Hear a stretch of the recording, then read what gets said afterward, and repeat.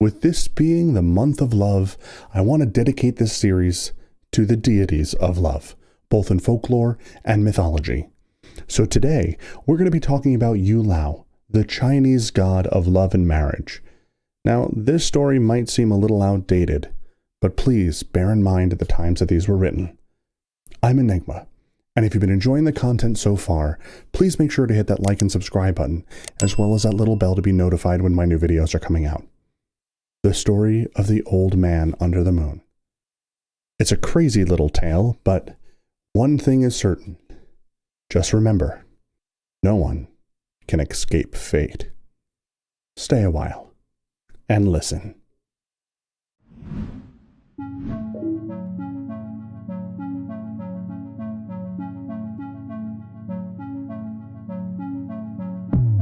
During the Tang Dynasty in China, there lived a man named Wei Gu. He lost his parents at a very early age. As a bankrupt nobleman, he had tried to improve his situation through marriage, but he had failed every time because no officials were willing to marry their daughter to a poor man like him. Well, one year, when he traveled to Song City, a friend suggested that he would introduce him to the daughter of the deputy mayor of Qinghe County. Then he made an appointment with him at the forecourt of the Lungsing Temple at daybreak the next morning. Wei Gu was very anxious. He just couldn't sleep. He woke up before daybreak. And when he arrived at the temple, nobody was there but an old man with snowy hair and a long white beard. And he was leaning against a large cloth bag, sitting on the step, and reading from a thick book in bright moonlight. Curious about what he was reading, Wei Gu approached the old man and took a look at the book, but to his surprise, he couldn't make out a single word in it. So Wei Gu could not help but ask the old man, "Sir, what is it that you're reading, and why can I not distinguish any of the words?" "Ah," the old man replied, with a big smile.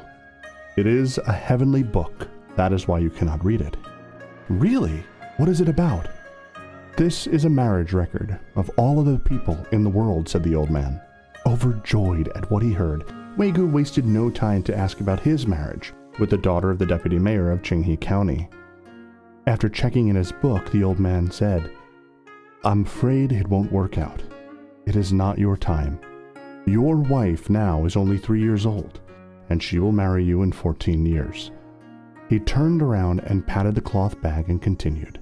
"See, inside there are red strings which we tie to the feet of future couples as soon as they are born.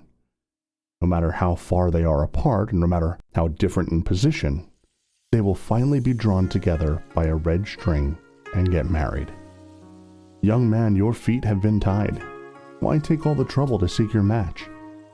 Wei Gu was incredibly disappointed, but he was still curious about his would-be wife. The old man said, "She is the daughter of an elderly woman by the name of Chen, selling vegetables next to your inn. Here, let me show you." Following the old man, Wei Gu reached the shabby hut, and inside he saw this old blind woman with one eye, and she was carrying a little girl in her arms. Both of them were in dirty rags.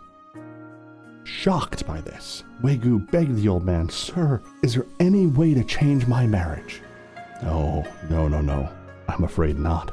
It is a fate match which no one is able to change." "But what if I kill her?" The old man shook his head.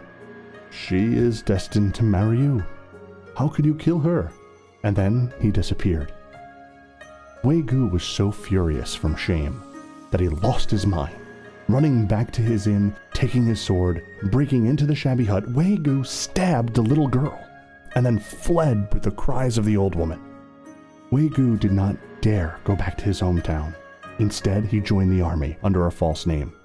14 years passed, and he was appointed as a high-ranking official in the gallantry of combat and won a recognition from the provincial governor for who gave his daughter to him as a wife. The bride was extremely beautiful and docile. Thus, Wei Gu loved her very much. Yet, after a few days, he found that his bride had a strange habit that she always wore a head ornament between her eyebrows and would not take it off, even when she washed her face. He asked her, and after repeating his quest numerous times, finally his bride told him the reason. She was, in fact, not the real daughter of the governor, but his niece. And when she was very young, her parents passed away one after another. And her nanny, a half-blind old woman, raised her until her uncle adopted her. During living with her nanny, one day a crazy man broke in and stabbed her right in the middle of her brows. The wound was not deep enough to cause any true damage, but it did leave a scar. So she had used this ornament to cover it. Hearing this, Wei Gu finally believed what the old man had said. He sighed. Everything is a result of destiny. You cannot fight it. The story you just heard is only one of many from Yue Lao. It's amazing that even today in the Chinese culture, couples actually, when they get married, recognize the red string. However, nowadays, it's usually symbolized by tying it around their pinky. I'm Enygma. Thank you for staying. Thank you for listening. And join me next week as we explore more Deities of Love. Thanks.